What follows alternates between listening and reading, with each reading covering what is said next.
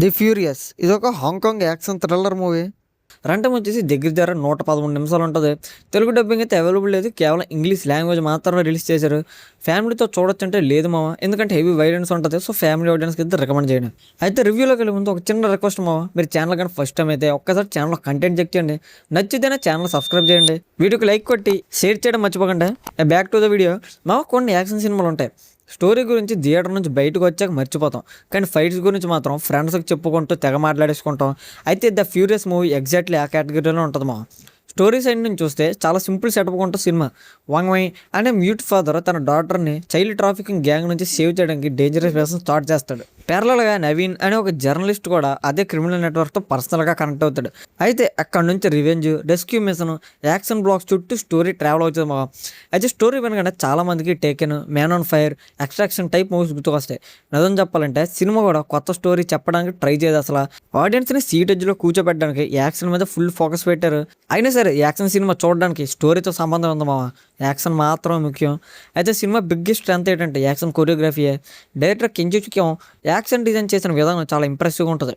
ఎక్కడ unnecessary shaky కెమెరాలు లేకుండా, ఫాస్ట్ కట్స్తో కన్ఫ్యూజ్ చేయడం కన్నా క్లియర్గా ఉండే పంచులు, ఆ కిక్స్, ఆ వెపన్ ఫైట్స్ అన్నీ క్లియర్గా కనిపిస్తాయేమో.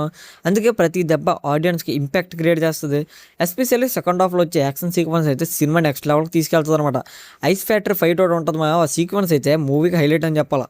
రాగా బ్రూటల్గా రియలిస్టిక్గా ఉంటుంది. అదైతే యాక్షన్ లవర్స్గా సీక్వెన్స్ కోసం టికెట్ వర్త్ అనిపించే ఛాన్స్ అయితే చాలా ఉంది. లీడ్ రైటర్గా చొంగ్ పెర్ఫార్మెన్స్ కూడా డీసెంట్గా ఉంది. డైలాగ్ డెలివరీ కన్నా బాడీ లాంగ్వేజ్ మీద డిపెండ్ అయ్యే క్యారెక్టర్ కాబట్టి స్క్రీన్ ప్రెజెన్స్ చాలా ఇంపార్టెంట్గా ఉంది.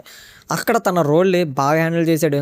జోస్ఫిల్మ్ కూడా యాక్షన్ సీన్స్లో చాలా మంచి సపోర్ట్ ఇచ్చాడు. కానీ సినిమా పర్ఫెక్ట్ అంటే కాదు మావా. Main problem స్టోరీయే. యాక్షన్ పక్కన పెడితే స్క్రీన్ ప్లే చాలా ప్రెడిక్టబుల్గా ఉంటుంది. నెక్స్ట్ సీన్లో ఏం జరుగుతుందో ఈజీగా గెస్ చేసేవచ్చు.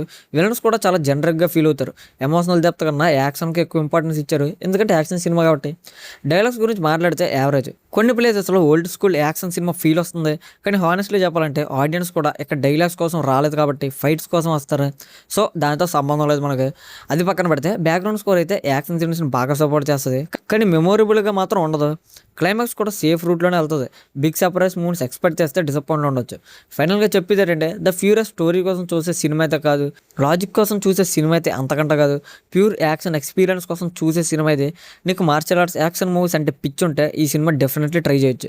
కానీ strong story, emotional drama, unexpected ట్విస్ట్ల కోసం వెళ్తే మాత్రం మీకు పక్కా డిసప్పాయింట్ అయ్యే ఛాన్స్ ఉంది.